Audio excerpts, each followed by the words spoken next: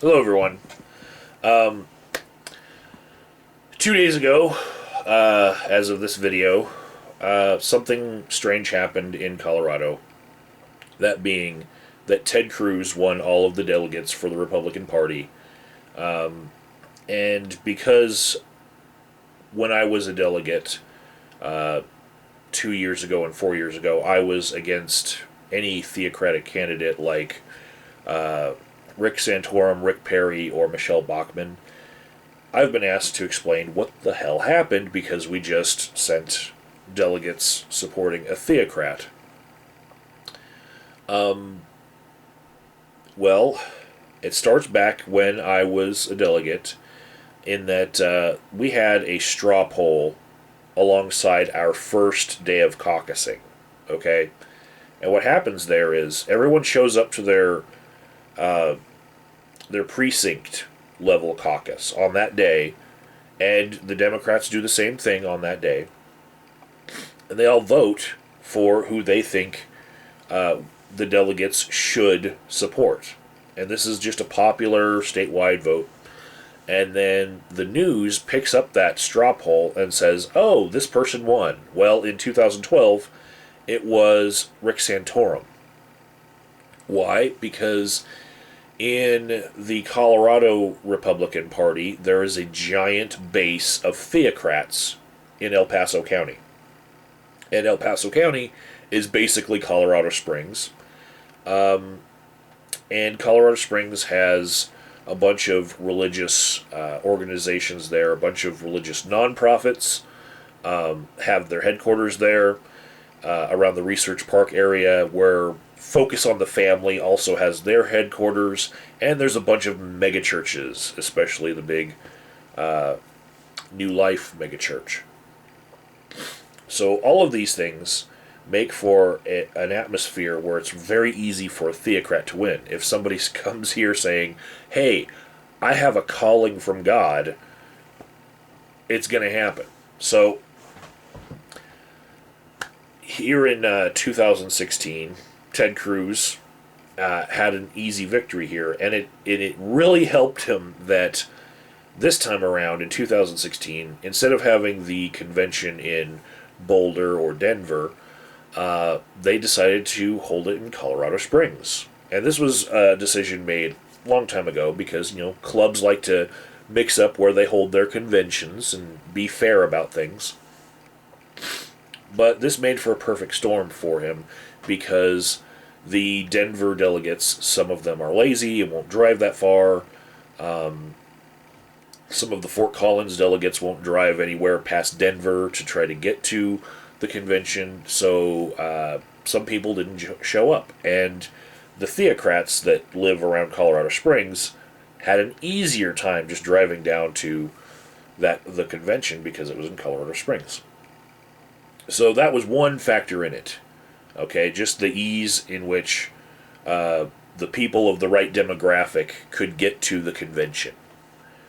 The other part of this storm started back in 2012 while I was a delegate, in that we had the straw poll, and on the first day of caucusing, when everyone goes to their precinct and votes, Rick Santorum won the popular vote, largely due to that voting block in El Paso County. But all of those people that showed up to vote at the precinct caucuses didn't stick around to vote for some delegates, and they weren't trained. And Mitt Romney had trained people by paying a lot of money, and he did it very, very quickly. He trained people to stick around to get voted in to be delegates for him. And also, there was a grassroots support for Ron Paul. And what happened with Ron Paul was that wasn't the first time he had run. So he had, like Hillary Clinton has now, a bunch of people who were training for years and years and years to be able to become delegates for him. That was his advantage there. So when we finally got to the end of our caucusing, after the precinct level, we had the county level, the side judicial level than the congressional level than the state level. After all of that, the people who get sent to the Republican National Convention in Colorado politics are nominated first at the congressional level, a couple of them are chosen, and then at the state level. Okay? A couple of them are chosen there. So, there's no way to say in Colorado politics that straw poll will eventually pick, as far as delegate count, who we're sending. Because we had a straw poll that was non-binding. Well, when it came out that Mitt Romney had gotten a majority of our delegates and that Ron Paul had also gotten a majority of our delegates and Rick Santorum had, fuck all for delegates in the end, the National Party was angry, okay? And just like when they changed the rules for Ron Paul so that he could not speak on the floor of the Republican National Convention, even though he got 5 states, which was their previous rule one day earlier, they changed the rule so that he could not speak on the floor so that they could give the coronation to Mitt Romney. They also changed another rule because they were sick of the process. They want that straw poll, which would back their candidate who can basically put out a bunch of TV ads and spend a lot of money. They want their establishment candidate to make it through. So they changed the rules and said that, okay, after now, any state that has a straw poll, you guys have to abide by that straw poll and give all of your delegates in the end to whoever won the straw poll. And the Republicans in Colorado said, okay, fine, then we just won't have a straw poll. So when the results this year in 2016 came out for the primaries, the Democrats sent a result, and that was for Bernie Sanders. Republicans didn't have a result that day. They just didn't have one. And they said, oh, it's going to cost too much. But really, they're saying, fuck you, National Party. We have our own way of doing things. And it really has to do with people seeing that our national candidates that reflect the establishment aren't as viable in the general election. And also, there's a strong libertarian bent to those theocrats as well. So it's something that added to this perfect storm for Cruz, because Trump didn't really have the type of boots on the ground campaign that he would have needed in order to win, because he had to train people to stay and train people to recognize that the real caucusing date had changed. So on March 1st, people could go down to the precinct. And there's a lot of websites that say, oh, all of these delegates were not voted for. They were appointed. And that's bullshit, actually. That's actually bullshit. Everyone had a chance to go on March 1st to their precinct caucus. But there was no buzz around it because there was no straw poll. And the straw poll is what draws people in, okay? It's as strong as how people vote for president every 4 years, but they don't vote every 2 years. In the off years, the 2 years in between presidential elections, you don't see as much of a turnout. Why? People just aren't, buzzing about it. And because they did this, the Trump campaign was caught off guard, and other candidates who had boots on the ground, who had grassroots people who had learned from Ron Paul. They had trained their delegates to go ahead and snatch some delegate seats. So that's the other part of the perfect storm. And yeah, that's how we are now sending Ted Cruz delegates. Here's the thing, though. Because we didn't have a binding straw poll here in Colorado, in a brokered convention, those delegates won't be bound if it gets to a third vote. And so they could actually support anyone because we don't have a binding straw poll. If they haven't pledged, which they're all pledged to Ted Cruz right now, but if Ted Cruz were to drop out before the convention, or something weird were to happen in the voting and the brokering process, those are like completely, basically unpledged, free agent delegates that could really affect the outcome of the Republican National Convention. I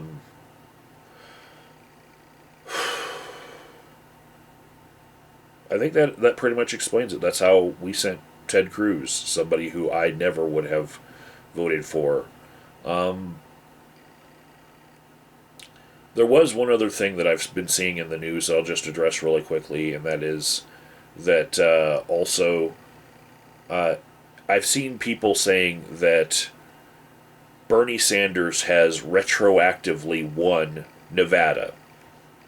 And what happened in their caucus process, just like what happened in Colorado Springs with Ted Cruz, more of Bernie's delegates showed up than Hillary Clinton's delegates. And this was a very close race with their straw poll. But Hillary's delegates, only half of them actually showed up. And that has to do with the grassroots training that people learned from Ron Paul that needs to be done, and those people taking those lessons from Ron Paul and applying it to the Bernie Sanders campaign. And I know a lot of people don't think that those libertarian-minded people are switching over to Bernie Sanders, but the way that they got burned, pun aside, in the 2012 election in the GOP tells me, yes, that's what they're doing. And that's why they're supporting another non-establishment candidate. And they're training each other how to win these caucuses.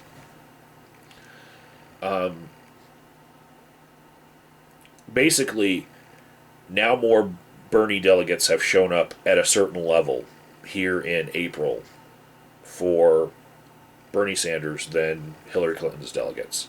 That's what's happening in Nevada.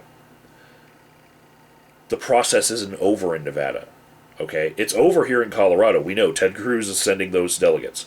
But there's another stage to their caucus in May, right? Nevada has superdelegates, most of which we know are going for Hillary Clinton. Nevada has one more stage, so we can't tell if the delegates that they finally get will be Bernie Sanders delegates. And slates, they came into play again in Colorado Springs, as they did in 2012 here in Boulder. Slates and mix-ups with slates and old age and treachery, they can change the delegate counts.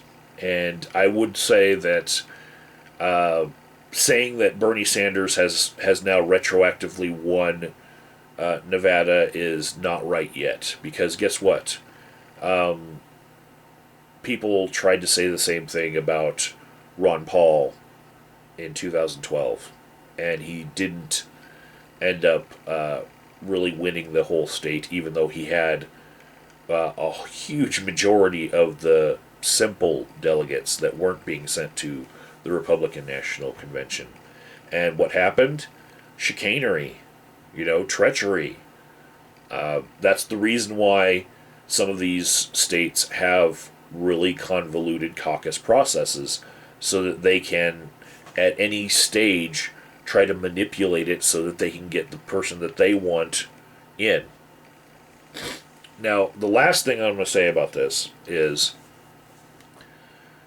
the manipulation that happened here in Colorado. Some of it was already there. The tracks were already laid for Cruz to be able to do this.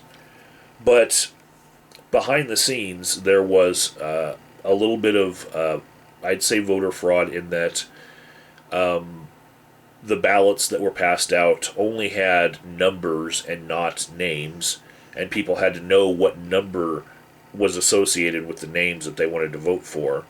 And Ted Cruz's people had no problems. Kasich's people had no problems, but Donald Trump's people did, right, on those ballots. And Donald Trump is all pissed off about that, and the whole process that has come about here in Colorado, where they're, saying, screw you, National Party, we're going to send who we want. But what was really telling was at Colo GOP, that's the Colorado Republican Party's Twitter account, they tweeted out right after the vote was taken, "We did it, hashtag never Trump." And for the party itself to tweet something out like that was really telling and actually really unethical of them to do. But just like a lot of people who say something and then say that their account was hacked, how many times have we heard a celebrity say that? They said after they deleted it, thinking that maybe we can save this and nobody saw it. The news saw it and I saw it. They tweeted out, and I've screenshot here. The last tweet was the result of unauthorized access to our account and in no way represents the opinion of the party. We are investigating. And then they responded to somebody else who saw it, Brandon. Result of unauthorized access, we are investigating. And I've got those right here, saved from my phone, and you guys can see that. Those are bullshit, okay? Somebody within the party was just very happy, and he tweeted something out, and it was telling. They basically made an atmosphere where Trump didn't even show up to make a speech, even though he could have. Senator Cruz made a really great speech that is now being posted all over the internet, and it's he had help, okay, but it was a perfect storm of different things that came together to give him that help. It wasn't just one little thing, and yeah, our state is known for giving the underdogs a chance. It's a lot closer here than any other state as far as we have people who know this weird system and they like the underdog candidates, and that's why the national GOP rules changed to try to rein in all of these states that have strange rules and can throw out weird names. And that can be a good thing and a bad thing. The rules that they changed in 2012, they're now kicking them in the ass because those rules are going to help prevent Cruz win in the end. Because, just like Ronald Reagan won and Ron Paul tried to win, Cruz is going to have to come up with even more states that he won, even just to be able to speak on the floor. So going for that brokered convention is like a Hail Mary pass in football. Okay? It's not likely to be your best option in order to win the whole thing. It's not likely to work, and you only have one shot when it gets to that point. So, yeah, they've made it harder for him, 4 years ago in order to try to prevent upstart candidates, and now the establishment in the GOP is supporting the upstart candidate Ted Cruz over Donald Trump, the popular one, who they did all of these things that were meant for Ron Paul like candidates to be excluded, and now they're trying to get that second position guy in there because they don't like the popular one. Everything that they changed to protect Mitt Romney is now biting them in the ass and protecting Donald Trump. And that's why Ted Cruz won here in Colorado.